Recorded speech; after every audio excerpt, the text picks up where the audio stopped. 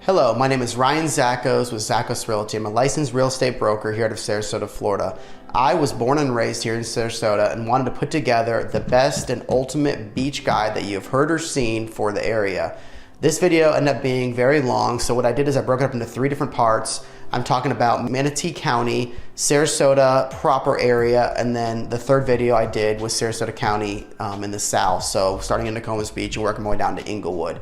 In this video, I'm going to focus on Sarasota proper. There was a video I released that was prior to this, and that focused on Anna Maria down to Longboat Key. So in this video, I'm going to talk about the different public beach accesses and the unique characteristics and interesting facts regarding those spots.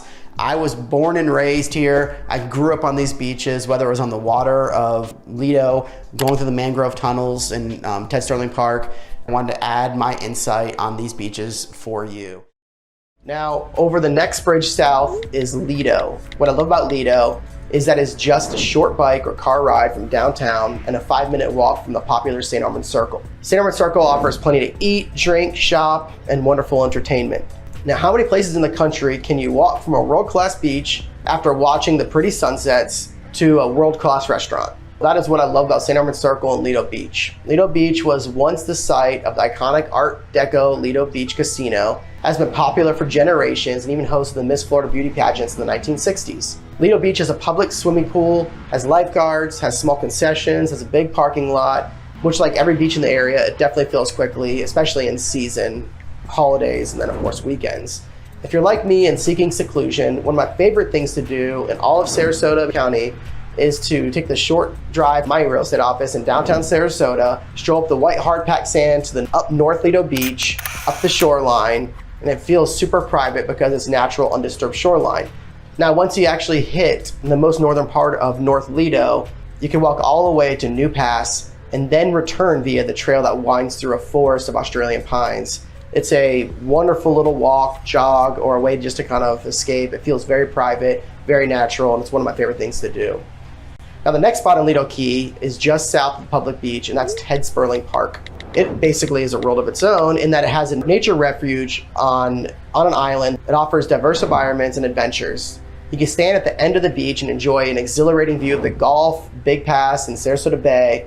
Be careful swimming here because there are strong currents and there are no lifeguards there. But one of my favorite things to do in Sarasota on an adventure scale is to launch a kayak or paddleboard from Sperling Park and paddle through the mangrove tunnels into the beautiful bushy bayou where there are no motorized boats allowed, and you can rent kayaks and paddleboards there as well. I have personally seen there manatees, dolphins, sharks, tons of fish. There are tons of these little crabs that scatter all over the mangrove trees, and all different types of birds that you will see swooping down on the water.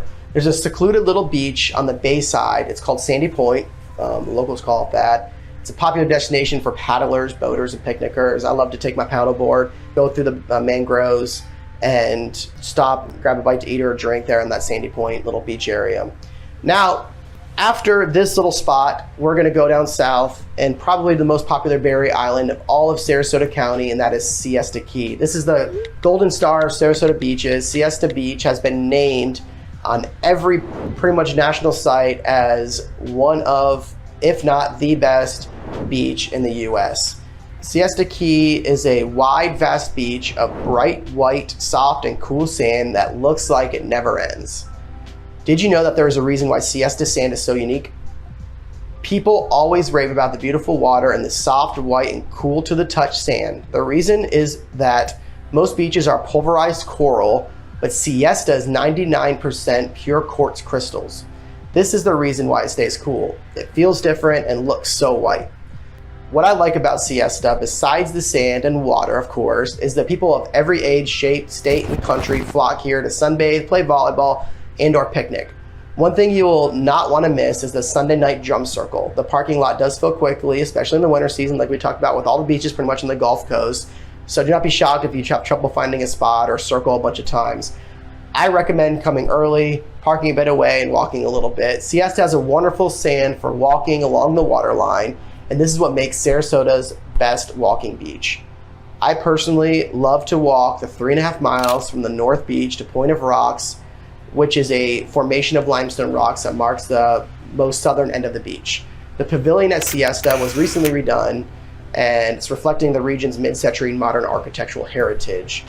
Siesta includes restrooms, a playground, excellent snack bar, picnic tables, grills, covered shelters, a 2-story pavilion, and a small bar, and fantastic beach view. There is a free trolley that runs up and down Siesta. It runs from Siesta Village, where are the local bars, the restaurants, shops, ice cream shops, cafes, and more. And this trolley goes down all the way to Turtle Beach. That leads us to our public beach south, and that is Turtle Beach. It is just miles south of the famous Siesta. It has a relaxed, laid-back feel, and being that it is at the end of the island, it makes it feel more secluded. The parking lot leads over to sand dunes that slope down to a very narrow and a lot more natural-feeling beach. This half-a-mile-long beach is a favorite spot for fishers who are looking to reel in grouper, cobia, sharks, and other types of fish. A hard-packed path leads along the dune line to Sanderling. After just a few minutes, you'll look down at what looks like a deserted beach, where the crystal clear waves crash on the sandbars and birds are chasing that incoming surf. There are benches along the path to read or watch for tortoises scooting by. Turtle Beach adjoins a county-owned campground. It's become such a sought-after campground during COVID that you probably have to book at least a year in advance at this point. This beach has no lifeguards, so just so you know, the parking lot includes a new shaded playground, it includes showers, restrooms, small pavilions, it has grills, and the parking lot also on the bay side, there's a boat launch where you can launch a boat into the bay, and that wraps you around up and down the island there as well. You do have the ability to book paddleboards, kayaks, and even do some tours from Turtle as well. Next spot I want to talk about is Palmer Point Beach Park. This remote beach may very well be one of my favorite spots in Sarasota's best kept secret. For centuries, hundreds of years, there was water separating Siesta and Siesta Key, and this was called Midnight Pass. But in 1984, the pass began to migrate naturally and threatened the beachfront homes, so the county allowed the homeowners to close the pass and relocate the rushing waters. Palmer Point Beach was born. It's possible to walk here from Turtle Beach, although you might have to wade in some water depending on that tide.